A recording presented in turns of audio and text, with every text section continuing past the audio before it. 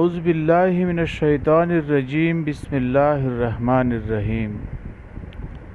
حضرت انس بن مالک رضی اللہ عنہ فرماتے ہیں کہ میں نے رسول اللہ صلی اللہ علیہ وآلہ وسلم کو یہ ارشاد فرماتے ہوئے سنا، جو شخص بیمار کی عیادت کرتا ہے وہ رحمت میں غوطہ لگاتا ہے، اور جب وہ بیمار کے پاس بیٹھ جاتا ہے تو رحمت اس کو ڈھانپ لیتی ہے۔